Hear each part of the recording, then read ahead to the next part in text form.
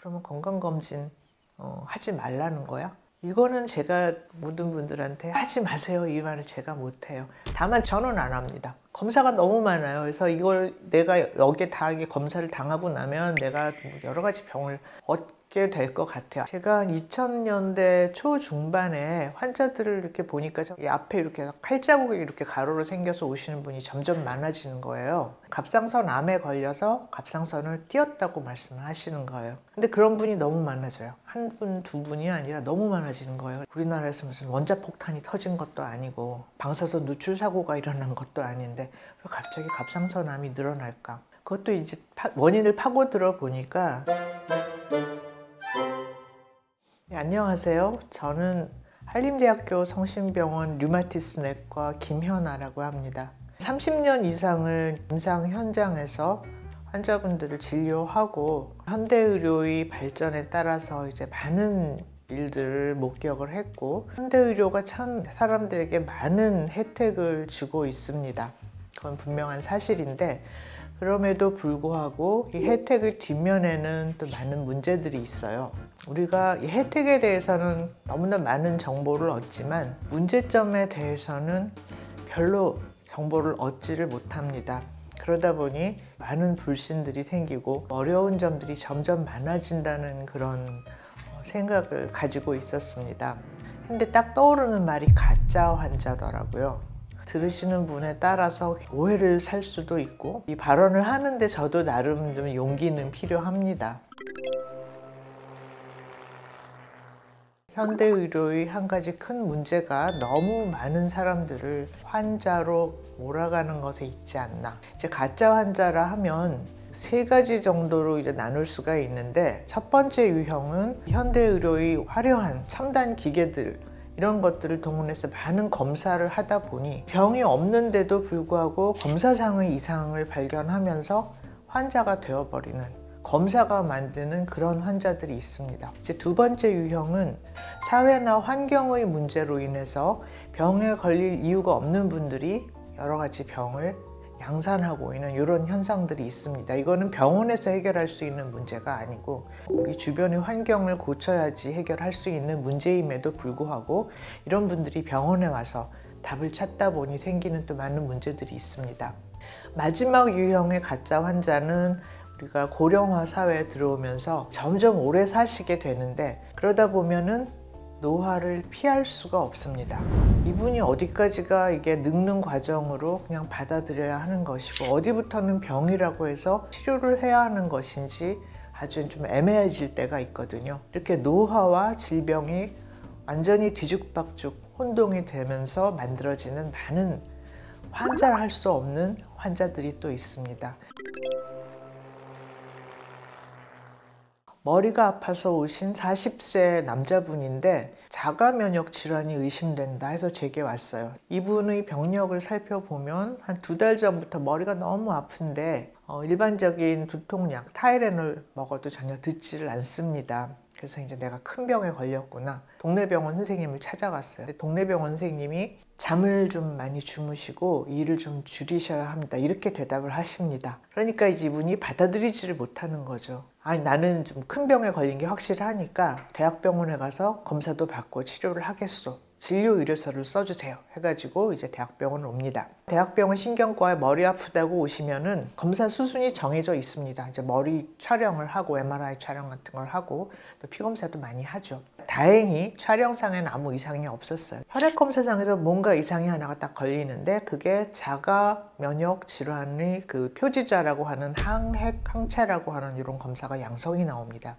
그러니까 신경과 선생님이 이제 류마티스 내과에 가보시오.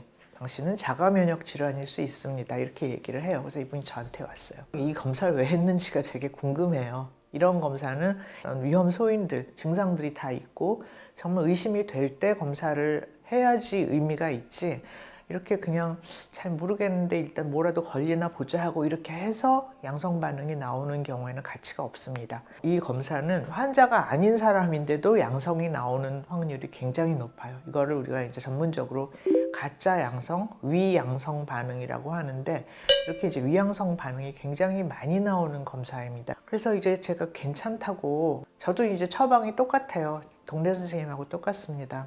얘기를 들어보면 이분은 직장 생활을 하면서 직무 스트레스가 너무 많고, 그러니까 잠을 잘 못 주무시고 너무 이제 힘드신 거예요. 약을 더 드리는 게 아니라 일을 줄이시고 조금 좀 숙면을 취하셔야 합니다. 이제 대답을 하는데 납득을 못 하시는 거예요. 아니, 검사가 이상이 나왔다는데 이거 추가 검사, 정밀 검사 해야지 않습니까? 검사를 더 하면 안 되는 이유는요, 환자가 아닌 것 같은데 쓸데없이 또 정밀 검사하면 돈만 또 많이 쓰게 될 뿐만 아니라 온갖 정밀 검사를 하면 이상이 또 나옵니다. 알 필요도 없는 이상.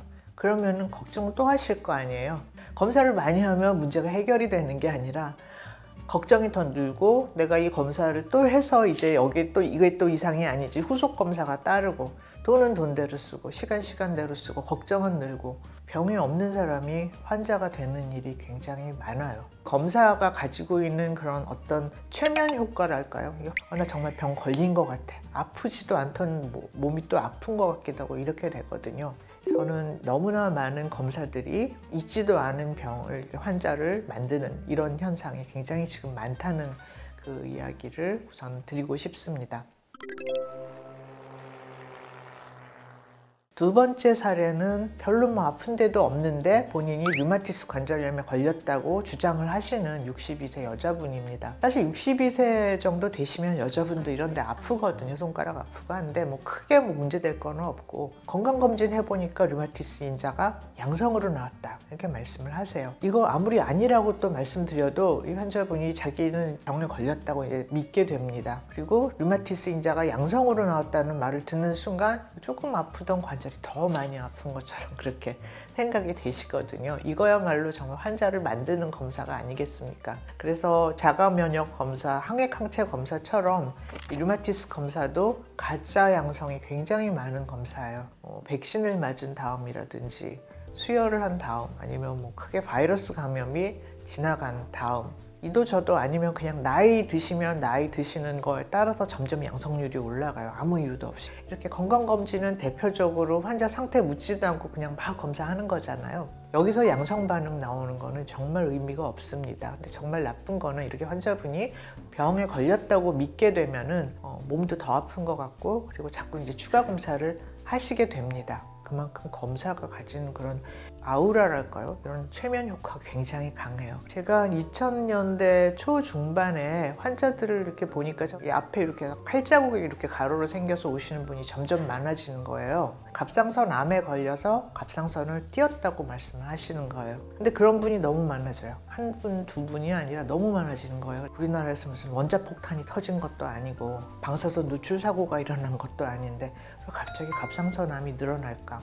그것도 이제 원인을 파고들어 보니까 건강검진에서 갑상선에 초음파를 댄 다음부터 이렇게 많아졌습니다. 이제 갑상선암은 그냥 환자가 죽을 때까지 같이 그냥 가다가 같이 죽는다, 조용히 있는 암이라고 저는 그렇게 배웠었거든요. 건강검진 할 때 갑상선 초음파 이렇게 하거든요. 이제 약간 이상 음영이 있는 부분이 보입니다. 그러면은 침으로 찔러서 이제 세포를 뽑아봐요. 근데 여기서 암이 나왔다, 이런 거 있다고 하면 그냥 저 그냥 두고 볼게요, 이럴 사람 없습니다. 다 띄어야죠. 저도 가지고 있을지도 몰라요. 저는 갑상선 초음파 안 합니다. 알고 싶지 않아요. 이거는 얘가 그냥 있더라도 그냥 조용히 저하고 같이 그냥 늙었으면 좋겠어요. 그 의사라는 사람들은 환자분들의 문제를 찾아서 해결해 주려고 거기에 앉아 있는 사람들이에요. 조기 암이 있는지를 좀 빨리 알고 싶습니다. 그런 거 다 찾아야 하는 사람들이에요. 그러다 보니 이게 건강검진에서 좀 암을 좀 빨리 찾겠다 하면 많이 찾을 수밖에 없어요. 과잉 진료를 유도해서 돈을 많이 벌겠다, 이게 전부가 절대로 아닙니다. 보시면은 이렇게 발병은 굉장히 많이 되는데 사망률하고 그리고 이제 전이로 발견되는 확률은 그 긴 세월 40여 년 동안 똑같아요. 높지가 않죠. 한 전이율이 한 2% 정도 되는데, 발견된 이 많은 암들은 어쩌면 그냥 조용히 있었을 가능성이 있는데 발견해서 수술을 한 게 어쩌면 과잉이었을 수 있다는 그런 걸 보여주는 데이터거든요. 아무리 이제 치료 기법이 발전했어도 발병이 이렇게 늘어나면 사망률도 조금은 늘게 돼 있어요.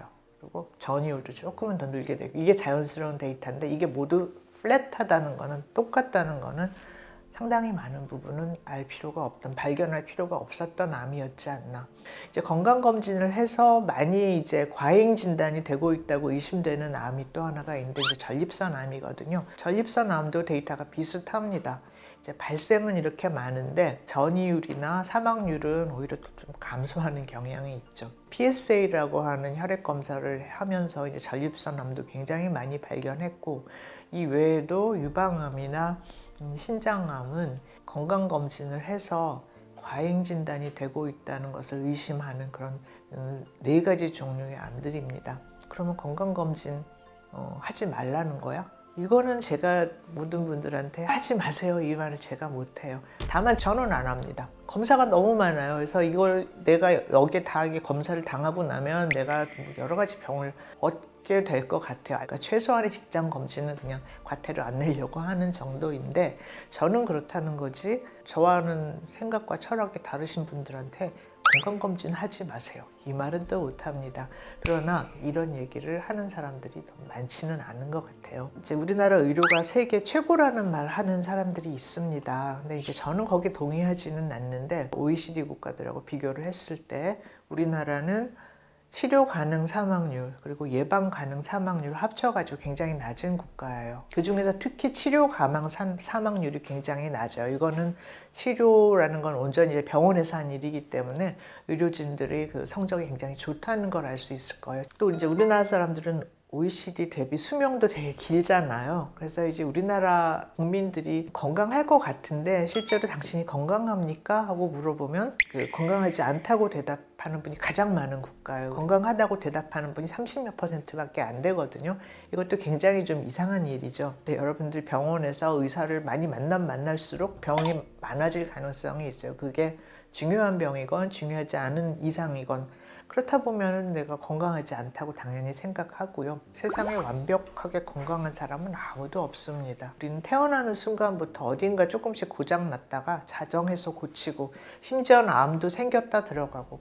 그래서 저는 우리나라 분들이 건강에 너무 과도하게 집착을 하지 않았나, 가짜 환자가 되시지 않았나, 그런 생각을 합니다. 이제 2번째 유형의 가짜 환자입니다. 이제 이분들은 이 병에 걸릴 이유가 없는데 사회 환경의 문제 때문에 병에 걸리는 분들 이야기를 하고 싶습니다. 이제 발이 아파서 오신 29세 남자분인데 야근은 많이 하고 또 막 음식 시켜 먹고 쉬는 날에는 자느라고 바쁘고 막 이러신 분인데, 오늘 발이 너무 아파서 왔어요. 그 전날에 치맥을 하고 근데 아침에 일어나니까 발이 퉁퉁 붓고 아파가지고 걷지를 못할 정도로 이렇게 됐습니다. 이렇게 해서 오시는 분은 거의 90% 이상 통풍이거든요. 검사에서 이제 요산이라고 해서 이제 노폐물이 많이 쌓이는 그런 문제가 있기 때문에 약을 써가지고 요산을 떨어뜨리게 되면 굉장히 잘 치료가 되는 아주 쉬운 병입니다. 그런데 이분은 쉽다고 얘기를 할 수가 없었어요. 키가 한 170 정도 되시는데 몸무게가 110kg가 넘으셨습니다. 공복혈당이 막 200이 넘고 콜레스테롤 높고 고혈압, 당뇨, 고지혈증, 비만. 20대 남성에서 이런 일이 생길 이유가 없는데 이 몸을 관리할 시간을 주지 않기 때문에 이런 문제가 생긴 거죠. 지금 젊은 층에 생기는 이런 대사증후군이나 이런 많은 질환들이 사실은 저는 노동 시간만 줄이고 그리고 좀 노동 환경만 안정을 시켜도 없어질 것 같아요. 병에 걸릴 필요가 없는 것 같은데, 요즘 세태는 젊은 세대에게 일을 하는 것만 해도 감지덕지하는 이런 그 감정을 강요하는 그런 사회 분위기잖아요.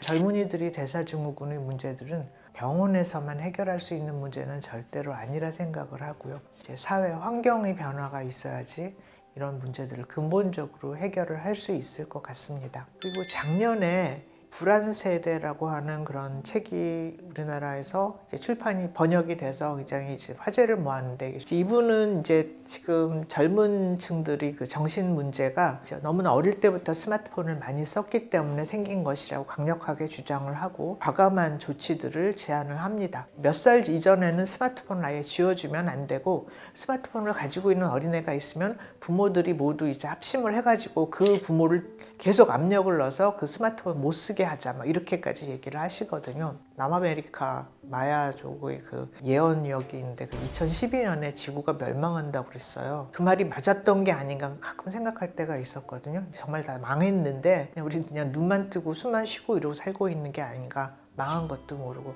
제가 막연히 가지고 있었던 그 느낌이 사실일지도 모른다는 생각이 들더라고요. 이제 이 그래프는 미국의 데이터인데 2012년을 기점으로 청소년의 자살, 자해, 우울증이 폭증하는 현상을 보여주는데 가장 큰 원인은 이게 너무 어린 시절에 이 정보 범람으로 이끄는 이 스마트폰 사용이 굉장히 큰 원인일 거라고 이렇게 보는데요. 뇌의 가장 중요한 기능은 적재적소에서 누를 걸 딱 눌러야 합니다. 억제하는 기능이 잘 돼 있어야지 뇌가 정돈이 되고 잘 활용을 할 수가 있는데, 그래서 이제 청소년기에 굉장히 중요한 일이 뇌와 뇌의 연결, 시냅스라고 하는데 청소년기에 이 뇌의 연결이 한 20% 남기고 다 청소가 되거든요. 그것이 잘 이루어져야지 이제 뇌의 기능이 건강하게 유지가 되는데, 이 청소년기에 너무나 많은 자극적인 정보들을 그냥 폭포수처럼 쏟아붓게 되면은 이 뇌의 리모델링에 큰 문제가 생긴다고 그렇게 보고 있습니다. 그래서 지금 청소년들이 이 정신건강이 폭증하는 그런 이유가 바로 이런 스마트폰의 범람 때문일 거라고 보는 뇌과학자들이 굉장히 많죠. 기기들이 들어오지 않았다면 젊은 친구들이 이렇게 힘들어하지 않을 수도 있었을 터인데 지금 말씀드린 문제들은 환경과 사회가 만든 문제거든요. 우리는 젊은이들에게 미래를 뺏어버리는 이런 일들을 그냥 용인을 하는 사회가 용납을 할 수 있는 사회인지, 항상 비판적인 마음을 가지고 관심을 가지고 어떻게 바꿀 수 있는지 같이 고민을 해봐야 할 것 같습니다.